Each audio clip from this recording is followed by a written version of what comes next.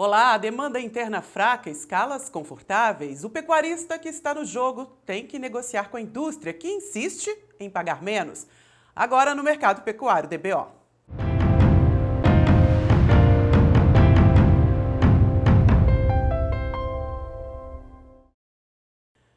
A surpresa nos últimos dias foi a queda acentuada no preço do milho. Depois que o USDA divulgou a estimativa de safra mundial de grãos maior, o preço do grão caiu na Bolsa de Chicago. Com a quebra da safra brasileira de milho, essa pode ser uma boa oportunidade para o pecuarista ir às compras. Já no mercado do boi, a segunda quinzena tradicionalmente interfere nos preços, porque o consumo de carne bovina no mercado interno tende a ser menor. E não seria diferente em janeiro, um mês com tantas contas a pagar. As escalas de abate na média Brasil se mantêm em 9 dias, que é a mesma média registrada na semana passada. Isso significa que a indústria, apesar da pressão sobre os preços, está encontrando dificuldade para comprar boiadas gordas. No mercado futuro, o contrato de janeiro teve queda, porém o de fevereiro segue mais positivo. É a expectativa que as vendas e o escoamento melhore a partir do mês que vem. Vamos falar sobre o momento atual, segunda quinzena de janeiro? A gente recebe Alcides Torres, o Scott, da Scott Consultoria. Alcides, muito obrigado pela presença aqui no Mercado Pecuário DBO. Como é que você analisa esse momento da pecuária? A indústria fazendo a pressão, tem boi para ceder essa pressão? Qual que é o cenário Brasil, já que as escalas parecem que estão bem confortáveis ainda? Ô Ju, obrigado pelo convite, é sempre um prazer estar aqui na DBO. E a gente está ainda na transição entre festas de final de ano, transição de um ano para o outro, tá? Janeiro ainda é um mês de pouca demanda, férias escolares, pessoal fora dos grandes centros consumidores, e aí a procura por carne bovina diminui, tá? E o que a gente tem assistido nessa primeira quinzena de janeiro é os compradores voltando aos negócios, mas oferecendo ou o mesmo preço vigente no final de dezembro, ou oferecendo menos, testando o mercado para ver se consegue comprar a arroba do boi com preço menor, tá? Mas ainda com volume de negócios bem pequeno para estabelecer uma tendência.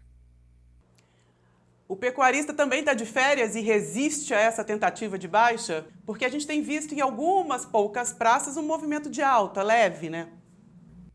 Maior pressão de baixa é justamente naquelas regiões onde a seca foi mais rigorosa, foi inclemente, tá? Então existe o pecuarista vai ter que vender a boiada porque o pasto não veio como ele imaginava, vamos ver como é que tá. E você tem outras regiões aonde você não acha pecuarista querendo vender, então o preço sobe, tá?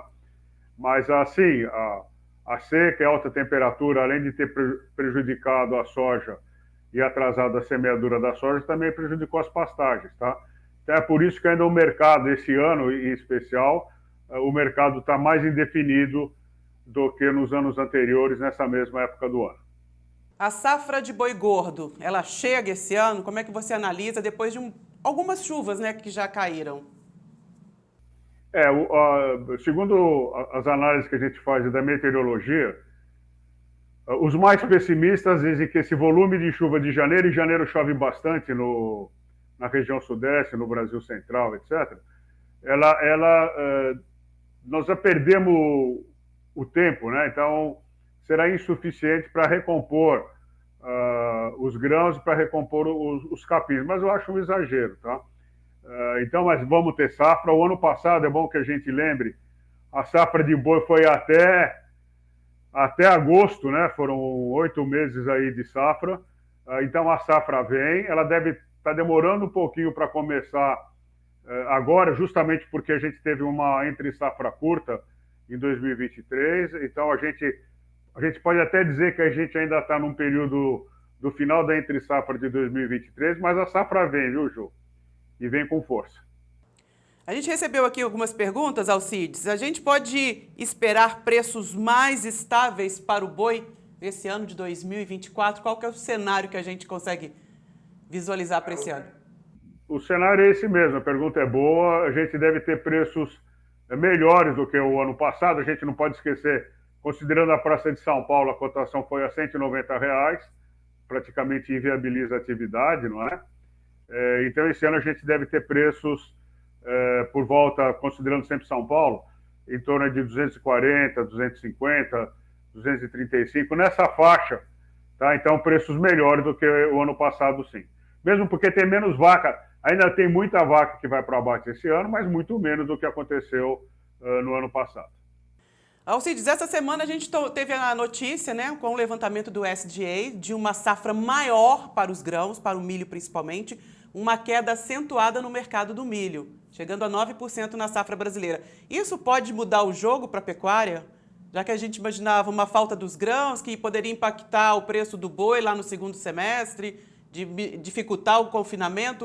O que significa essa queda do milho hoje e como ela participa da cadeia produtiva do boi? Olha, o SDA, a análise do SDA, eles estimam uma quebra aí de 7 milhões de toneladas. Nós consideramos muito otimista essa previsão, tá? Nós acreditamos que a quebra de safra será maior. Com relação ao milho, a gente precisa entender que a segunda safra no Mato Grosso ela foi bastante prejudicada porque atrasou a semeadura da soja. Tem gente que está colhendo, tem gente que está semeando, quer dizer, virou uma quizumba total. Mas com relação ao milho, eu acredito até que essa queda é um soluço do mercado, que o milho, a tendência dele é de alta, e a soja não. A soja a gente tem região de Goiás, que o preço caiu bastante já, considerando dezembro para janeiro. Então a gente deve ter uma composição de custos, apesar da alta do milho, uma composição de custos mais favorável para o pecuarista em relação a 2022, em relação a 2021. Como é que entra essa composição dos custos? Composição do custo é que você considera o bovino para reposição, por exemplo, tá? Ele está muito mais, está melhor para comprar agora do que foi em 2021 e 2022. O melhor para comprar já passou, foi em maio de 2023. Então, esquecendo o passado e considerando esse ano, certamente o melhor momento para fazer reposição do rebanho é agora, janeiro, fevereiro, março, abril, até maio. Depois você perde o bonde de novo, tá? Então, e o próprio boi é 70% do custo de produção, 60%, 70%. E aí você tem a composição da dieta, né? Então você tem os farelos com os preços mais convidativos, você tem o caroço de algodão, farelo de algodão com preços atraentes. Então você tem hoje uma composição de custo mais amigável do que a gente teve nos anos anteriores, tá? Já foi assim o ano passado, só que como a cotação estava muito baixa da arroba do boi, então ficou todo mundo na retranca, mudança de governo, não é? Agora não, agora a coisa já está caminhando para a normalidade, então a gente tem a composição dos componentes da dieta do bovino com preço melhor e também o próprio bovino com preço mais atraente. É claro que para quem cria essa não é uma boa notícia, mas para quem compra dos criadores é uma boa notícia. Alcides, quais seriam as categorias para investir nesse momento? Falando aí em oportunidade. Todo investimento na pecuária começa pelo bezerro, pela desmama ou pelo bovino de sobre-ano, tá? E se eu fosse confinador, eu já estaria comprando também boi magro, me preparando, comprar um pouquinho mais leve, já me preparando para a temporada de confinamento, né? E a expectativa nossa para esse ano de confinamento é de novo em torno aí entre 5 e 6 milhões de cabeças. A pergunta do ano, a arroba do boi pode chegar a R$300 em 2024? Em qual momento? Não sei, viu? Mas eu acho difícil ainda. Pode ser que lá para outubro, novembro, talvez isso aconteça. Vai depender do mercado interno muito mais do que do mercado externo, tá? Agora a inflação ficou dentro da meta, se o governo conseguir manter os preços controlados de acordo com o mercado, naturalmente, se o poder de aquisitivo da população melhorar, aí sim você tem a possibilidade de preços melhores. Mas a gente não pode esquecer que ainda a gente está na fase de baixo do ciclo pecuário de preços, ainda tem muita fêmea indo para o abate, então preços muito bons aí para a arroba do boi, só lá em 2025, 2026. Agora falando sobre as exportações, esse ano o Ano Novo Chinês é comemorado agora no final de janeiro, ou seja, China já diminui o ritmo das compras, como é que isso pode impactar? Olha, eu acho que a China, o que vai acontecer com a China, e já está acontecendo, é que o cenário de preço é outro, tá? Aquele cenário de $6.000, $6.500 a tonelada deixou de existir. A China, é claro, vai continuar sendo o grande parceiro comercial do Brasil no mercado de milho, no mercado de soja, no mercado de proteínas de origem animal, carne vermelha, carne suína e carne de frango. Nós tivemos recorde de exportação em 2022, recorde de exportação em 2023. Então, eu não acredito nessa conversa de a China vai comprar menos.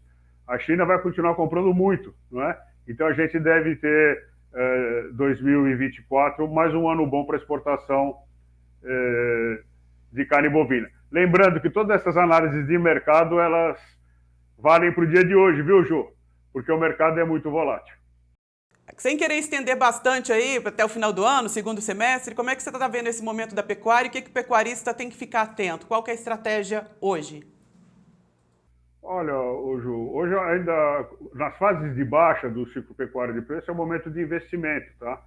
Então eu me prepararia para um momento de alta, tá?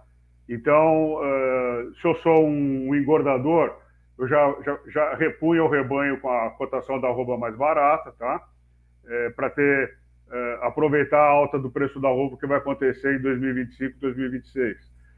Se eu sou um criador, eu renovaria o meu rebanho de matrizes para ter vacas, né, saudáveis e prontas para a produção de bezerro, que o preço do bezerro também vai reagir lá na frente. E tem uma vantagem, né? Esses bovinos de reposição que estão sendo oferecidos agora, eles vêm daqueles anos cujos preços foram fabulosos, né? Então, é um gado de boa qualidade genética. Por que eu digo isso? Porque nesses anos a venda de sêmen foi muito boa. Então, a gente tem um melhoramento do padrão genético do rebanho, teve investimento nisso, tá? E agora, no ano de baixo, certamente vai estar pior para comprar bezerro daqui um ano e meio do que agora, tá? Então eu investiria agora. São essas as dicas fundamentais, tá? E é claro, aplicar tecnologia, fazer seguro de preço e acompanhar o mercado. Alcides, te agradeço imensamente a presença aqui no Mercado Pecuário DBO, um ótimo 2024 para você, para sua equipe, e que a gente tenha, né, notícias e preços melhores depois desse 23 tão turbulento que vivemos. Que Deus te ouça. Amém. Um abraço, Ju, e um abraço a todos. Obrigada, Scott. Se você está assistindo esse vídeo no YouTube, não deixe de curtir, compartilhar, de comentar e seguir a DBO. Lá no nosso Instagram, @portal_DBO, você pode mandar a sua pergunta e eu vou em busca dos especialistas para responder você. As notícias mais relevantes da pecuária de corte você confere na revista e no portal DBO. Muito obrigada pela companhia, até a próxima, hein?